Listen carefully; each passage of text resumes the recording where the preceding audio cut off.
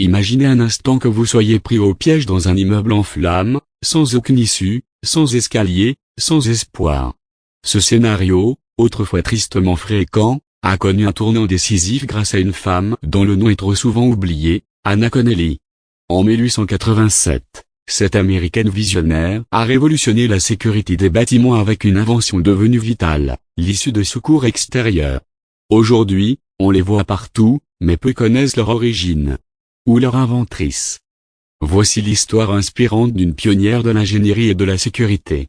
Le contexte, une époque à haut risque à la fin du 19e siècle, les grandes villes américaines comme New York ou Philadelphie connaissaient un boom urbain.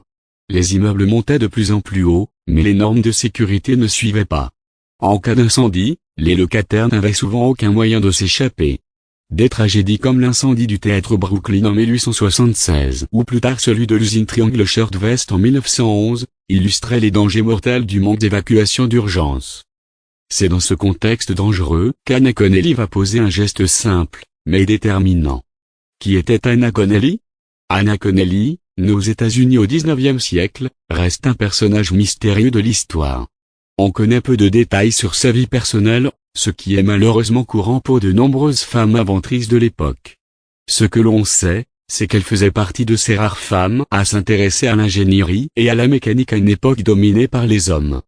En 1887, Anna Connelly dépose un brevet pour une structure métallique novatrice, un escalier extérieur en fer fixé à un bâtiment. Ce système permettait aux occupants de fuir un immeuble en feu, sans être obligés de passer par l'intérieur. C'était une idée simple, mais géniale. Et surtout, accessible. Une invention révolutionnaire, le brevet de 1887 le 29 septembre 1887. Anna Connelly se voit officiellement accorder un brevet américain pour son invention. Le document, intitulé Fire Escape, décrit un escalier métallique attaché à l'extérieur des bâtiments, comportant une plateforme avec des garde-corps, facilitant l'accès depuis les fenêtres en cas d'urgence. Son invention répondait à un besoin urgent et réel, fournir un moyen d'évacuation sûr et efficace, sans nécessiter une technologie complexe ni des coûts prohibitifs. Rapidement, son modèle est repris, adapté, puis intégré dans les normes de construction dans plusieurs grandes villes américaines. C'est ainsi qu'elle a contribué à sauver des milliers de vies, sans jamais devenir célèbre de son vivant.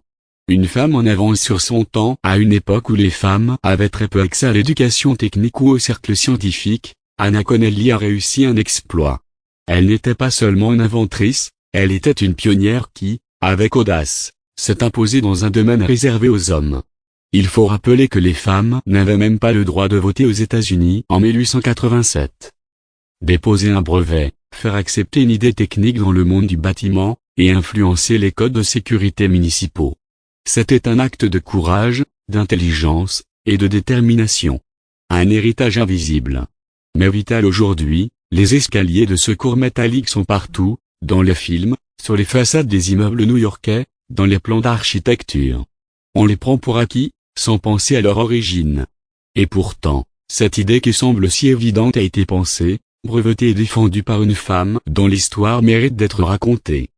Alors la prochaine fois que vous lèverez les yeux vers l'un de ces escaliers métalliques, pensez à Anna Connelly, cette pionnière oubliée qui a, sans le savoir, sauvé d'innombrables vies.